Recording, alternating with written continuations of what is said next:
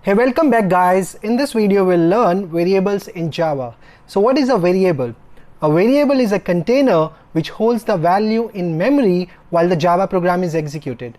Let's understand this in the layman terms first. So imagine the physical containers which we use in our day-to-day life to hold products. Now we use specific containers for holding specific objects. For example, we fill juice in jug. We use plates for serving rice, big bowl for carrying bunch of fruits, spoon to sip soup, a bucket maybe to store water, crate to ship fragile elements, etc. Now while deciding which container to be used for a specific object, we also take into consideration the quantity of the object which we want to store, right? So for example, when thirsty you would grab a glass of water and not bucket full of water. You can certainly drink water using bucket, but that won't be convenient for sure. And every container takes in some physical space too. So how would you feel if you find buckets full of water instead of packaged water bottles on the conference table? Sounds crazy, isn't it? Now another case would be storing water into paper bag. That won't work, right? So when choosing a container, we tend to consider both the type and the size of the object we want to store. That's natural and is no-brainer. So keeping this simple concept in mind, let's revisit the variable definition. So a variable is a container which holds the value in the memory while the Java program is executed. Now variables are typically used to store information which your Java program needs to do its job. Now this can be any kind of information ranging from text to numbers, temporary results of lengthy calculations, etc. So if you want to store number 20 in a variable in Java, you would say int age is equal to 20. Now let's break this down. Java is strictly type checking language. Now that means while declaring a variable, it is required to specify its data type.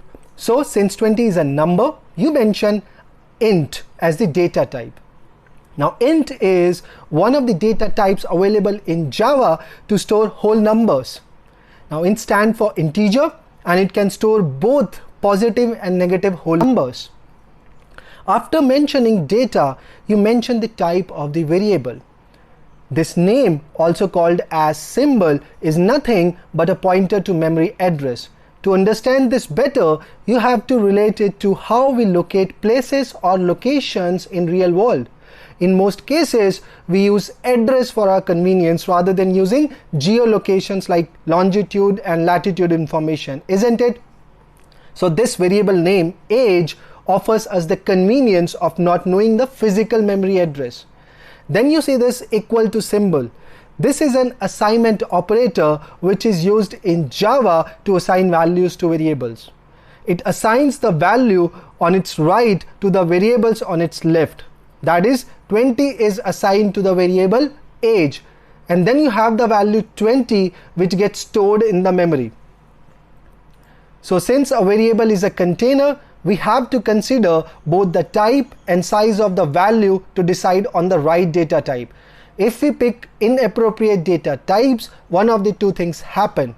Number one, either you would get error, or number two, you would lose some of your data. Just like storing 500 ml in a 200 ml mug will spill out 300 ml of extra water.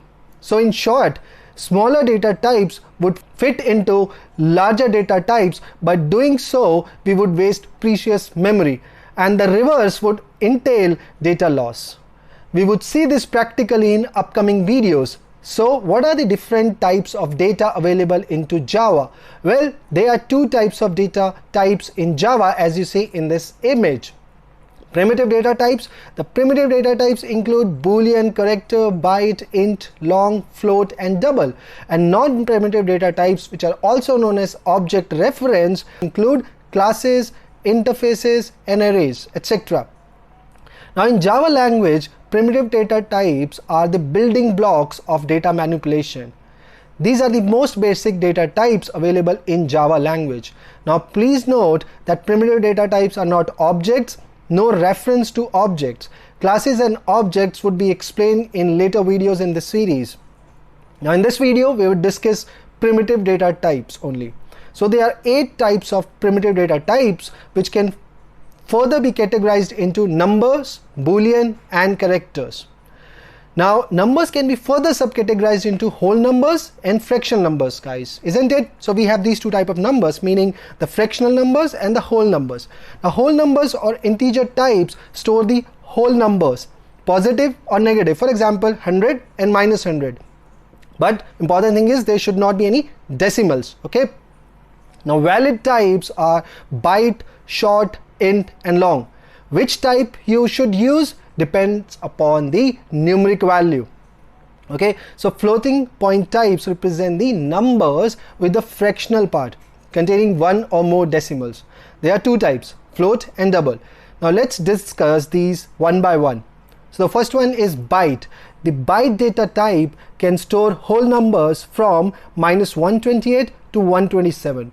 This can be used instead of int or other integer types to save memory when you are certain that the value will be within -128 and 127.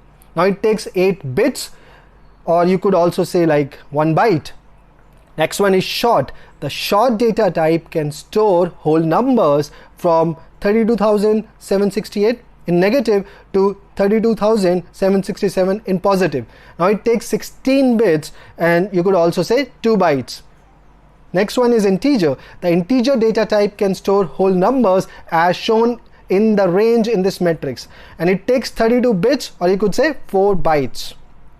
Then we have long. The long data type can store whole numbers as shown in the range in this matrix. This is used when int is not large enough to store the value. Note that you should end the value with the capital L if the value is greater than int max value. Next we have float. The float data type can store fractional numbers into exponentials as shown in the range in this matrix. Note that you should end the value with an F. Then we have double. The double data type can store fractional numbers into exponential as shown in the range in this matrix.